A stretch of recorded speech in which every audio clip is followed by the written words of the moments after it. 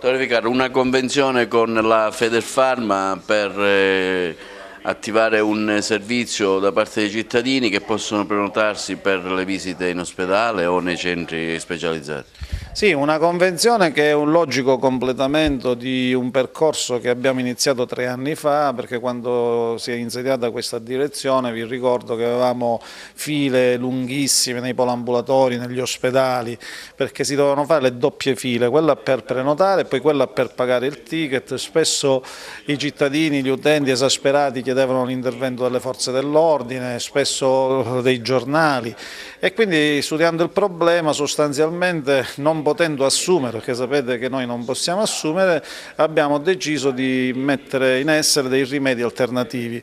Il primo è stato quello di convenzionarci con Poste Italiane e quindi il ticket si può pagare in tutti gli sportelli d'Italia delle poste per usufruire delle prestazioni che noi diamo nei nostri ambulatori e nei nostri ospedali.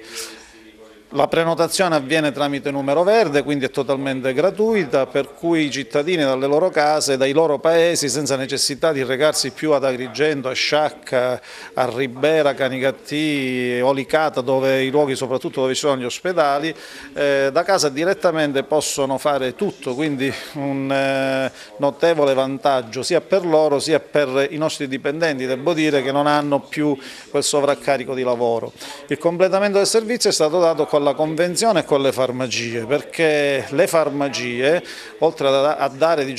una mano Deviso a gente che già loro conoscono, perché sono loro clienti, loro utenti, hanno la possibilità sia di riscuotere il ticket sia di prenotare, per cui a fronte del pagamento di un piccolo costo per il servizio, che ovviamente è facoltativo, perché volendo la gente può recarsi presso i nostri sportelli dove tutto è gratis, a fronte di un piccolo costo hanno grandi vantaggi. Pensate che si potrà prenotare di domenica o si potrà prenotare in tutti i giorni in cui sia i servizi dell'azienda sanitaria sia quelli postali sono chiusi.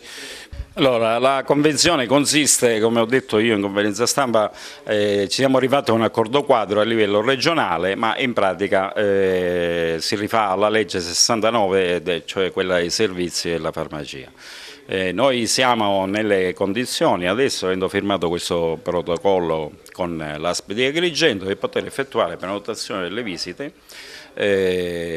pagamento del ticket, ritiro del referto, ma questo in un secondo momento ovviamente. Per la modica somma di 3,50 € per la prenotazione e il pagamento del ticket, qualora invece l'assistito volesse pagare soltanto il ticket in un successivo momento, 1,50 €.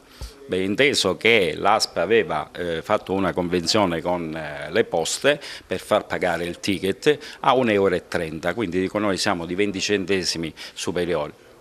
Penso che ovviamente la remunerazione ci debba essere fatta all'assistito, perché l'assistito trova la farmacia sotto casa, la distribuzione capillare delle farmacie, l'assistito non deve spostarsi, specialmente nel periodo estivo con il caldo invernale che c'è, con le lunghe liste d'attesa che voi giornalisti regolarmente poi documentate sia sulla stampa che sui mezzi di comunicazione. Dico, sotto la farmacia, presso la farmacia sotto casa riesce tranquillamente a effettuare la sua brava prenotazione. Al momento soltanto le programmate, perché i colleghi devono prendere dimestichezza ovviamente anche con il sistema informatico,